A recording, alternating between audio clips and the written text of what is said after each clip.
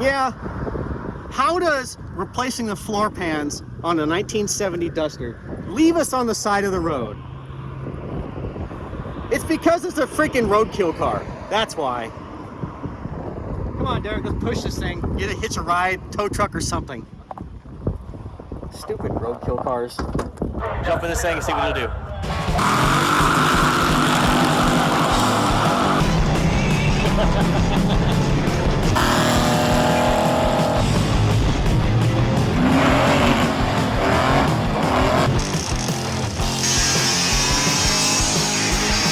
Ready to rock this, bro? Oh, hell yeah.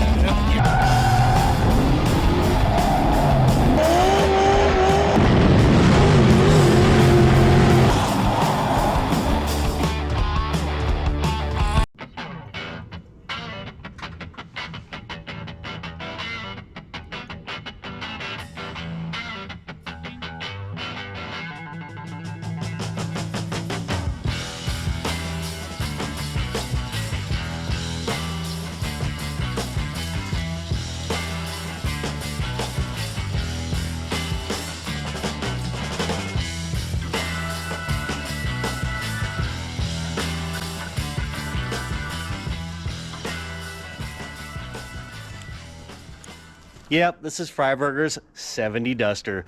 The red Duster, the rusty Duster, whatever they called it, I forgot. But you know what? It's here. It's at my house. Why is it here? Well, in one of the last episodes this car was in, David was like, these floors are garbage, we need them replaced. They got that patch piece over there. Look, they got flex tape. Which actually, the stuff's actually pretty impressive. I thought it was, you know, a gimmick, but after what they did here, pretty impressive. Like, I wouldn't use it to fix a floor, but if you were going to drive something cross country you just bought, that is actually not a bad investment. Thumbs up on flex tape. Where's that? Oh wait, hold on. Speaking of, we could just use a whole crap load of these that they left behind in here to cover the floor with.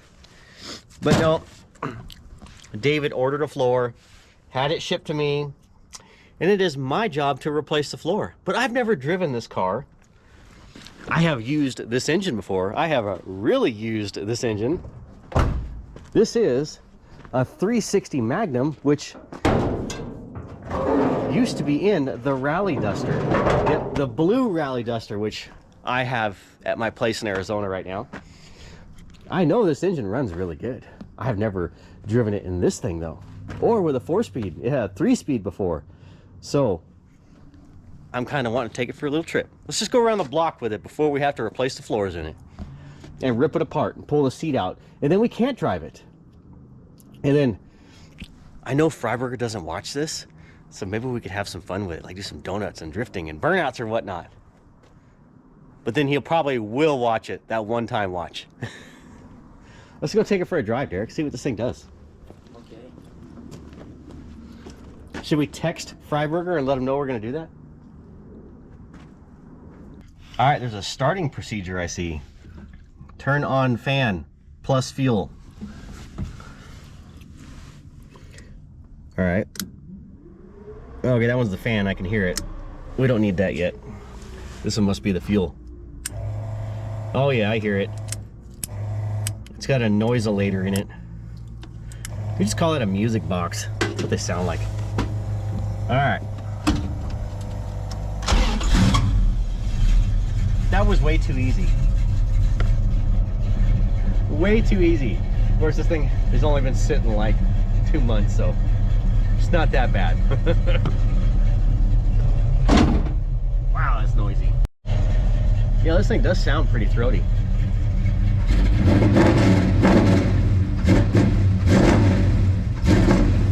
Oh wow, that's got a bad hesitation issue. I don't even want to, let's see if we can figure out what that hesitation issue is. So it looks like a brand new carburetor, but knowing the Roadkill guys, they don't really like tune for daily driving, or like they mostly just pull it out of the box and plop it on. So I bet it probably doesn't have a good enough, probably the air bleeds need to be adjusted, or actually it just feels like pump shot. And, oh wow, Come in here, look at this. So here's the accelerator pump, which sends the fuel up to the nozzle, which then squirts it into the engine. And there's a cam, a plastic cam underneath the throttle shaft, which runs the rocker arm, which that's the rocker, and then that runs the accelerator pump. Well, if you look, the spring is like taking all of the load. Look at that. The accelerator pump's barely even moving. It's like all spring. So we're gonna tighten up the spring and then bend the rocker to take back up the slack. That way, the accelerator pump is actually doing something. All right, but see, now it's got a lot of slop in it. We'll just make up for that by bending the rocker.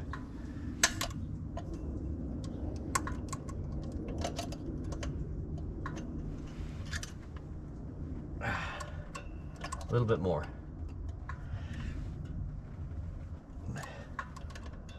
Oh, that's like perfect right there.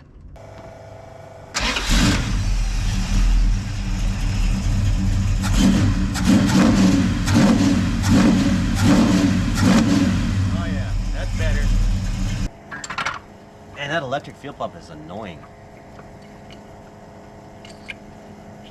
I'm sure this carburetor still needs a lot of adjustment, but it being 4-speed car, at least that's better, because you do have to do more throttle input than you do in automatic. Alright, jump in. What David won't know won't hurt him, right? Oh, I can already tell it's better. Gotta make sure I don't hit my tent or my charger. Or the Chevelle. Either one would be a plus, not to hit.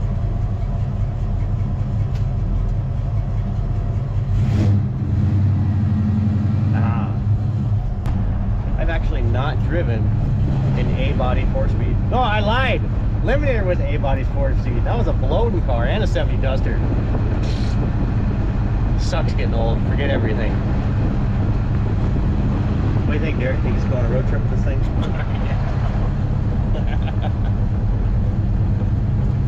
What if we just drive it back to Davie with new floors in it? Yeah. How are we gonna get home? Wow, they must have put new shocks on this thing. Oh wait, didn't they put new shocks on it in the video? Yeah. Okay, yeah. I'll say this thing was riding way too nice to have shitty shocks on it.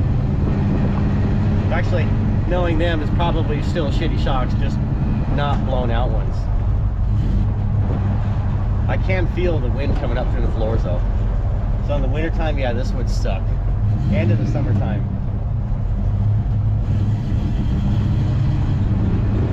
No wonder they want floors.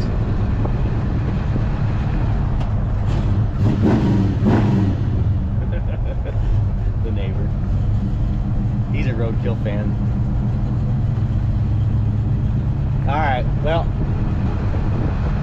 since we're not doing anything mechanically to this car, actually we made it already better anyways, but since we're not doing anything mechanically, might as well just pull it in, start ripping this thing apart, and put a floor in it. And are we in? Oh yeah, it's a Duster. We're way shorter than a Charger.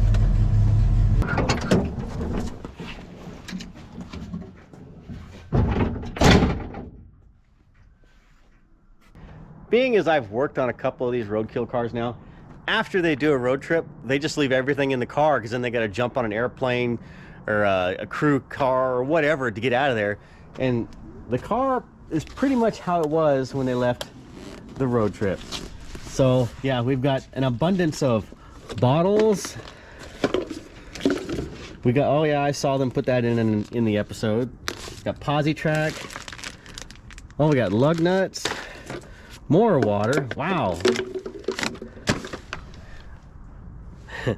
Drinking that much water is probably a good thing this thing didn't have floors in it. They could just drain themselves on their highway. We got, yeah, Red Bull, typical. Hey, mechanics gloves. Oh, see, they have to tape off the logo. So if you'll notice, the logos are taped up. Yeah, we got spare belts. See, Starbucks. Wow, hand sanitizer. What a bunch of sissies. Gaskets. Oh, we got a, oh yeah, we got a axle seal, more diff lube. Okay, here's the pass. Staff. Maybe that, if I hold on to this, maybe it'll get me into some places I'm not supposed to be. So yeah, we'll just hold on to that for later. Yeah, we got chapstick, cigarette lighters, oh, more Sharpies, batteries, more stickers. What we got in here, dude? Roadkill Garage, autograph cards. Oh, can't leave home without this. You got the fire extinguisher. We got the Flex Seal tape. Oh yeah, we got our extra exhaust mufflers. Yep, and more garbage. So throwing all the crap in the trunk from inside the car, I found that they had bought new squirter nozzles, but that wasn't the problem. It was just the soft spring. So birdsong 1, roadkill 0. See, they got the Summit valve spring compressor tool, another valve spring tool, new valve springs, deal to charge the cylinder with air, like you can actually change the valve springs. And they were trying to blame the valve springs on me. Not like I don't have fun just holding my foot to the floor and letting the valve springs control the RPM. Yep, all new valve springs. I guess they didn't get to it that episode, but they were going to? I don't know. I don't think I even watched the whole episode. I think I got sidetracked.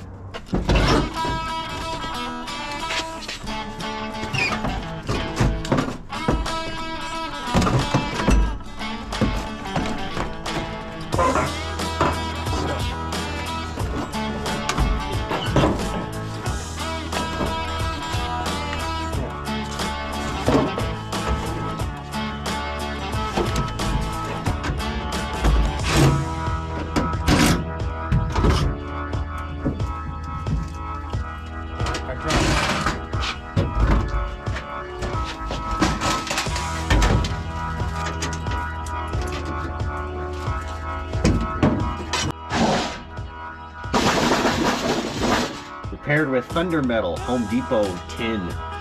I know everybody expects people to patch stuff with street signs, but if you haven't actually like borrowed a street sign, they're pretty high up there. They're like 10 feet in the air. They're a lot higher than what you would think they would be.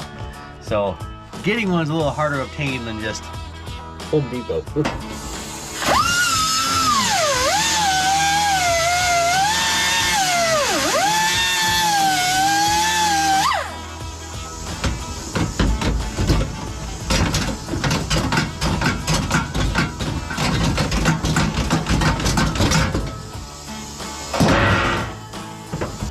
Alright, well, I guess it's true. Mother Nature does not like roadkill or roadkill cars or anybody that's going to work on one. It is gloomy and cold and it rained all this morning. So now that the rain has stopped, I can finally get to working on the red duster. I've got out my arsenal of tools here that I'm going to need to start cutting out this floor pan. So last night we cleaned up all the spot welds so that way I can see them. And then we're going to slightly drill into them with a 3/16 drill bit. So then I can hit it with the official Blair spot weld cutter. These things work great. Of all the spot weld cutters, number uno. Those drill bits that you can buy that look like a spot weld cutter, or those hole saw mini drill bits, those all suck. That's the best thing right there. And it cuts away all the material so it's nice and flat. And then I might need to use this guy to cut away at some spot welds. Of course, the drill. In case I need to see spot welds better, got that. Got my lube for the spot weld cutter, and got my fancy sheet metal chisel for getting underneath them spot welds and hammering them out. And in case I need to bring out the big guns and cut panel sections out so that way I can get this in there. All of that will be used to start chopping away at this floor pan. So I asked my dog Bolt to find the rust. Obviously he jumped in here. Yeah, that flex tape was good, but it wasn't gonna hide this. And to get started, I'm just gonna start in one corner and work my way down instead of jumping all over the place. And being up here, I think I'm just gonna use the old whizzy wheel to start cutting down these spot welds. But you have to make sure not to cut through the second layer. You only want to cut through the top layer. So just grind away a little bit as possible, and usually you can see what you're cutting through, but yep, I'm just wanting to cut through the top layer. Typical heater core, when they leak, they always rot out the floor right here. And not only did it rot out the floor, but it rotted out part of the firewall. So I'm actually gonna have to cut up into the firewall and make a patch piece to fix that before I can even attach the floor to the existing firewall. Always something.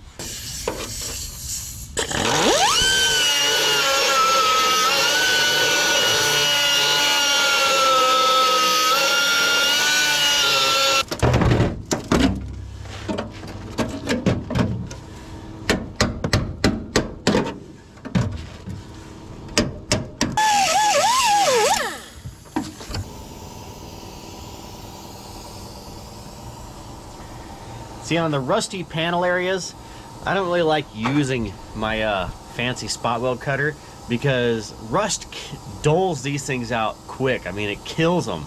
So I try and use the cheapy replaceable cutoff wheels, thick cutoff wheels, so that way I can get in there and just grind out the spot welds. And I'll go. There's a torsion support here, which torsion support runs underneath and over to the rocker.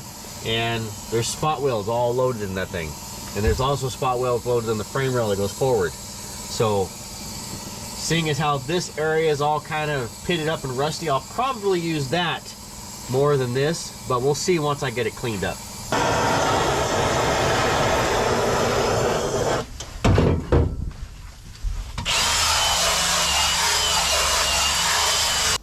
Usually you can see the spot welds better if you heat up the metal just a little bit, enough to soften the paint, and then wire wheel it out of the way. And it's exposed a few, but they're still kind of hard to follow. So basically I'll just start with the one I can see and start lifting the metal up until it indents in another spot, and that's where the spot weld will be. But everything here is just so pitted, it just looks like millions of spot welds.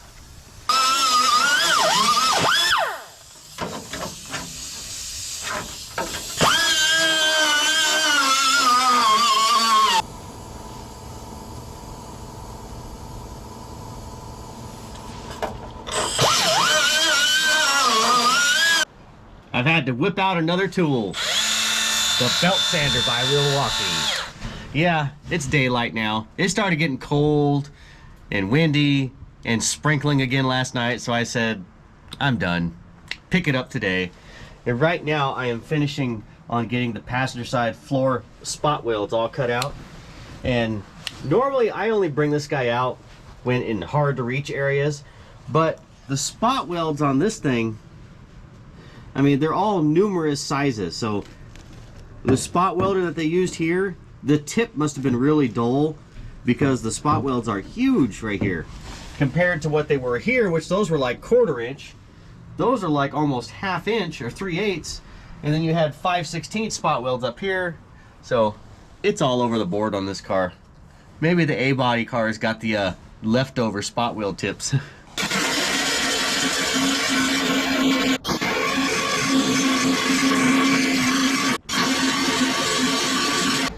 A lot of times on these really pitted floors, you have to spine the spot welds by braille.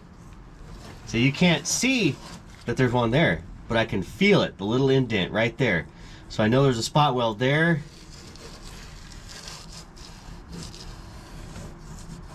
Oh, there's one right there.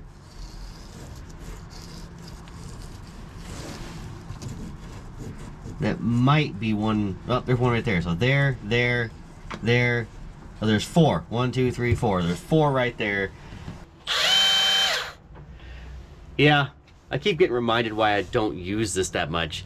The batteries don't last very long, and it takes longer to actually get the spot welds cut out versus just using this guy.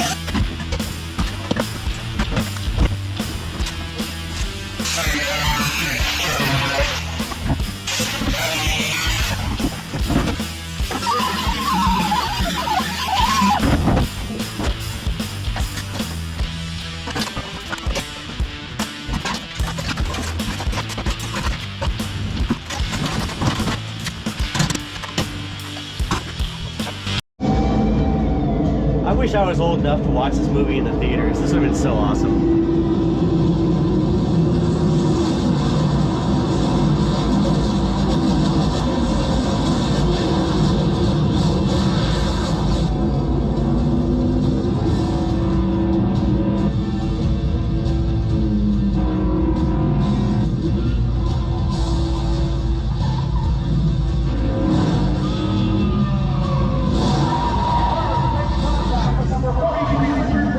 I don't even need to watch it. I just need the soundtrack. I remember the whole damn thing.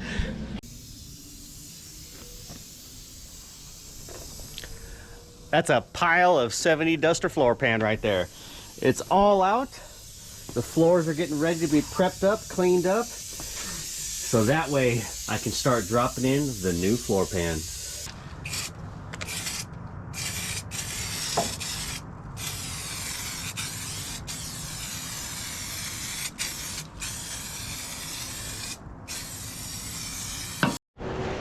The duster's getting a treat in needing some metal to fix the firewall. We're gonna rob some metal from the 69 Daytona stock car. Oh yeah. So I had already cut the quarter panels off that car to put new ones on it. And here is some of the scrap off of that quarter panel.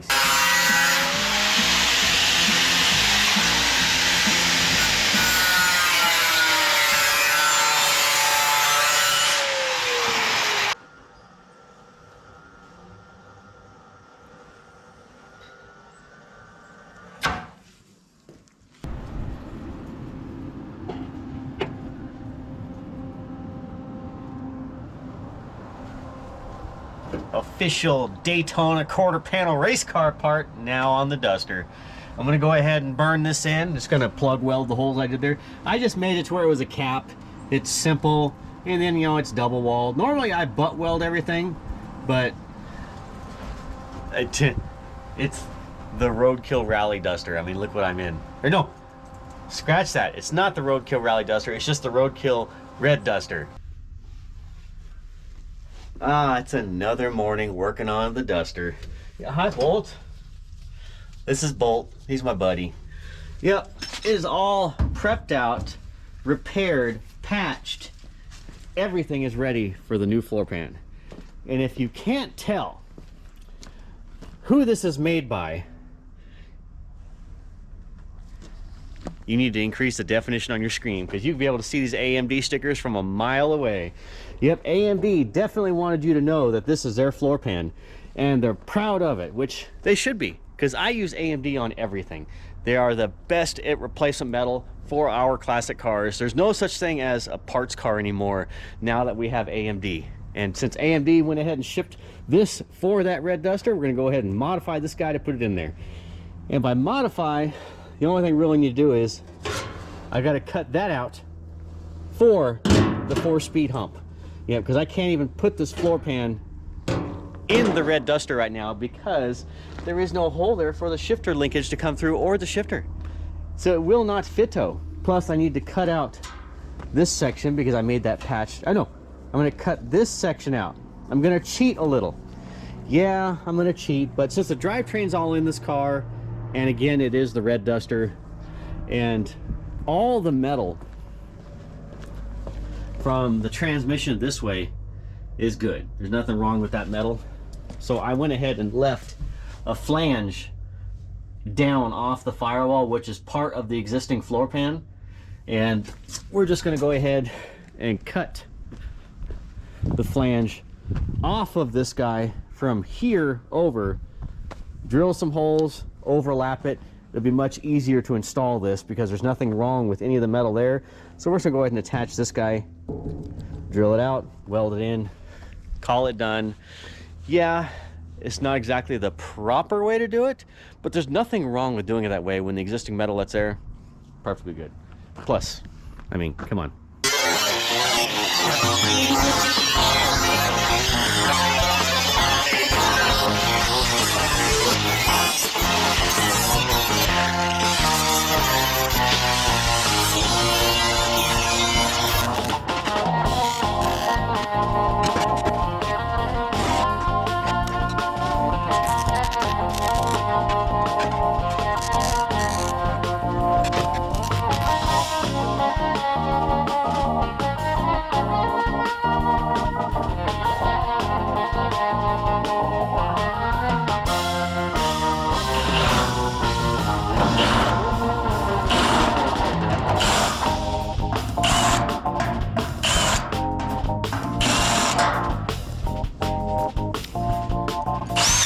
The quick way to deburr.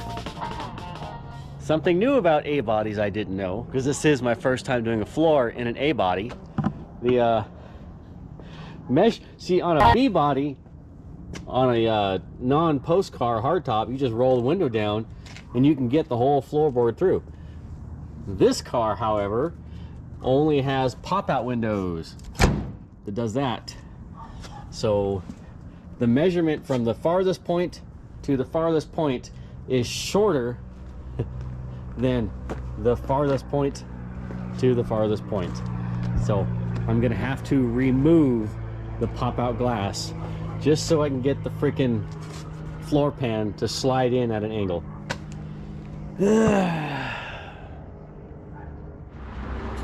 It is another crappy, windy, cold day. I am all bundled up and the floor is like set in place. It's screwed down.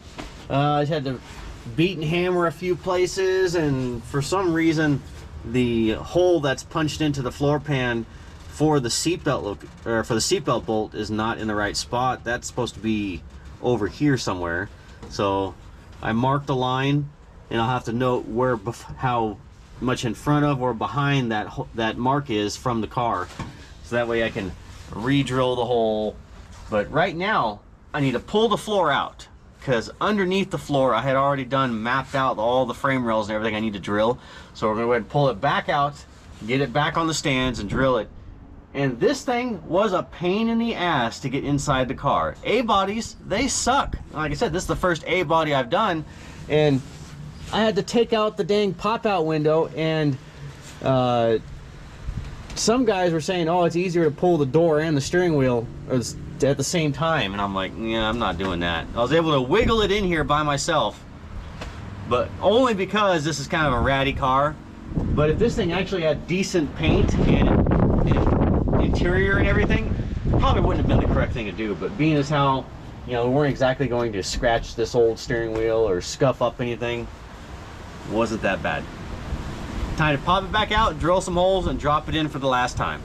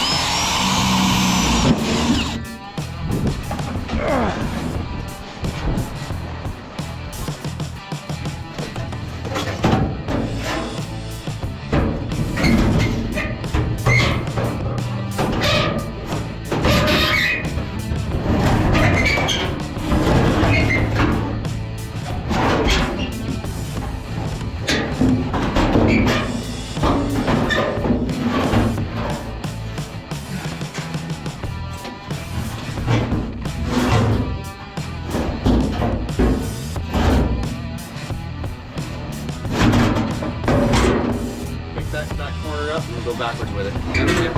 Down.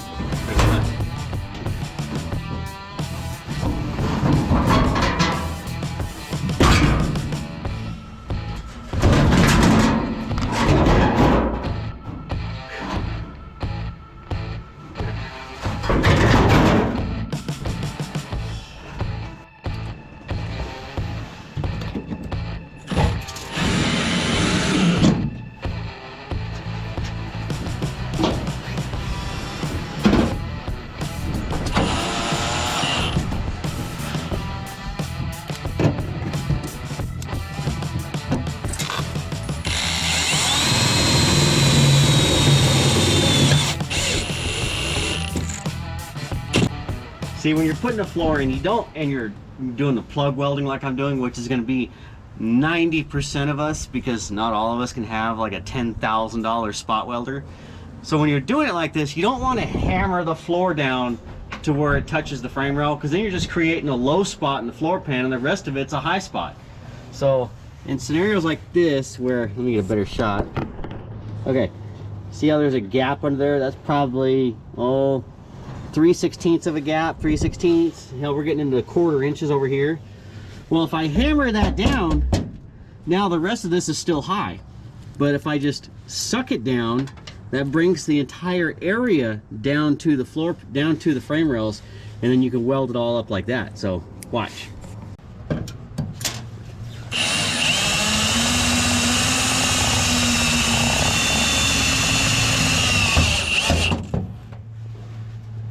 See? It sucked it down. And that's just one screw.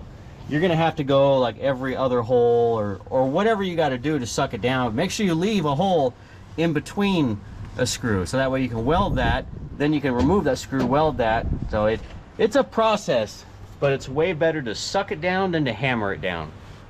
Trust me.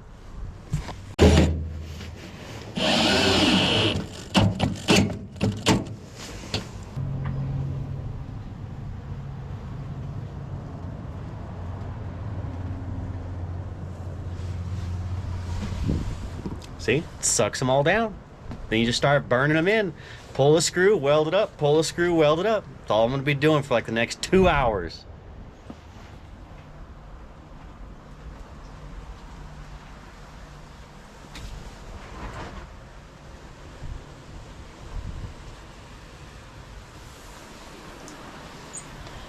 Oh yeah, it's in, it's pretty looking, and it is all done and welded up. The everything, even the rear seat hold down, the seat belt plates, the wire loom covers, everything. So it is all in. Oh, the 4-speed hump, well, that was welded in before, but it's all done.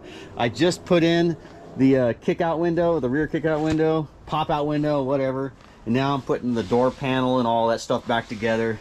I'm gonna fix this door because this is really annoying. There's like the button's gone, and then there's no linkage on it, and you have to open this car from the inside door handle all the time. So if the windows are up, you're kind of screwed. It's a pain in the butt, so I'm just gonna go ahead and fix that real quick. Yeah, that'll be a quickie. Found the button inside the door. Go ahead and bolt all that back together. But right now it is just in the going back together stage. All the little things, put all the screws and trim and hardware and everything back together. Just pull it all out of the trunk, bolt it back in place, and then the red duster will officially be done. And then I get to take it out for a test drive, because you have to test drive it with the new floor pan in it. And you got to get it up to speed to see how much air is now coming through the floor. But I'm glad it's done. A-bodies, you guys kind of suck on doing floor pans. I will stick with my B-bodies. Way easier to do floor pans. But being this is the red duster, we just kind of shove that floor pan in there. Sorry, guy. All right, well, I'm gonna get back to screwing and trim. I'm gonna get back to adding screws and trim and everything back on the car. So I'll see you guys in a little bit.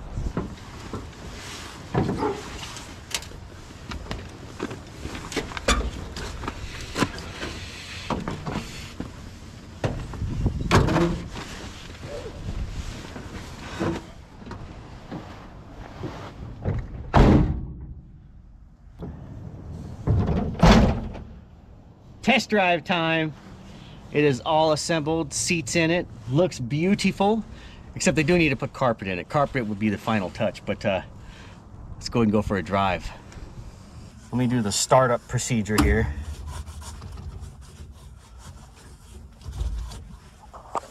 See, we got fuel pump, fans, one pump.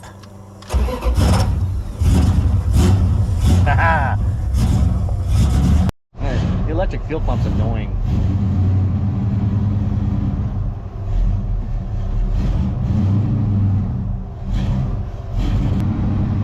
Not much difference so far because it's still a tin floor, so most of the noise is still going to come right through the floor. Actually, the flex tape probably had better sound deadening abilities.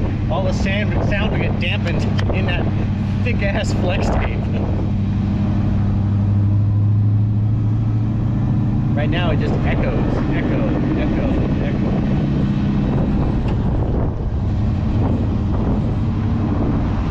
I would say it's bringing down the property values in this neighborhood, but I think most of the neighbors are used to the chunk I've got already. What do you think? You know, Derek, I'm thinking the best way to test the floor pan is to do a burnout and make sure the floors don't fall out of it. What do you think? Yeah. Yeah. Only for the science and testing to make sure the floors are perfectly welded in.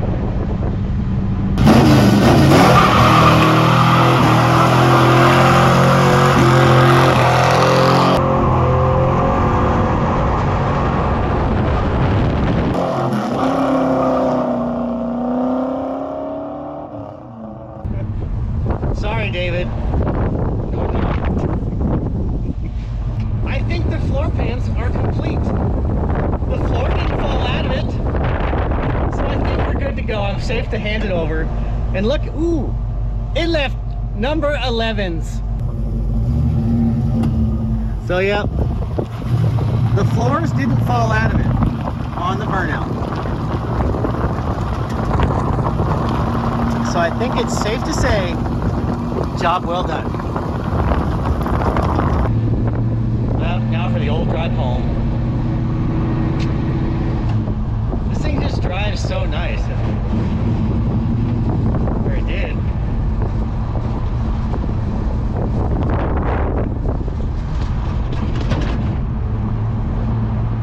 We're out of gas. Damn it, David. Didn't even put enough gas in it for us. Cheap ass.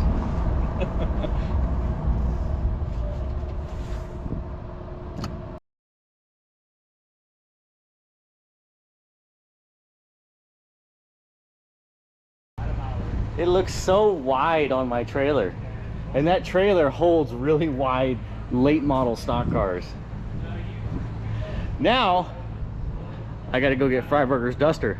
I was supposed to trailer it to him, but seeing as how this storage unit was closing before we would get here, after dropping the duster, we have to drop the duster, load the DeLorean, and then I'm gonna have to drive the duster to David, which is like an hour and a half away.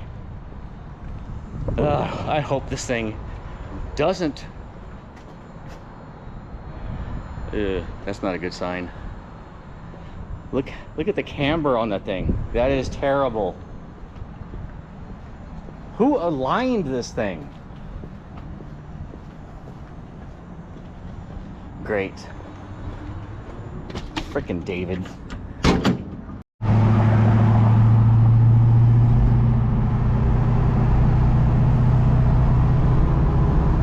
Miles so far and nothing's broken. Good day so far. Except for traffic, which now we're gonna hit. Alright, just got the duster dropped off at Freiburger's. Didn't want to video anything over there, you know, it's his family, his wife and son were out, so got it dropped off. It ran and drove great. It does need some things though. It feels like a shopping cart. It needs caster, it needs heavier damping shocks, carburetor needs a few things. But it made it, didn't break down, didn't have to call David, and he didn't even know we were going to drive it here. So all success. DeLorean didn't fall off the trailer. He's coming back down the street with it. Oh, is he? Oh, no, never mind. Oh. But yeah, you would have heard it. All right, time to go get some food. That's it.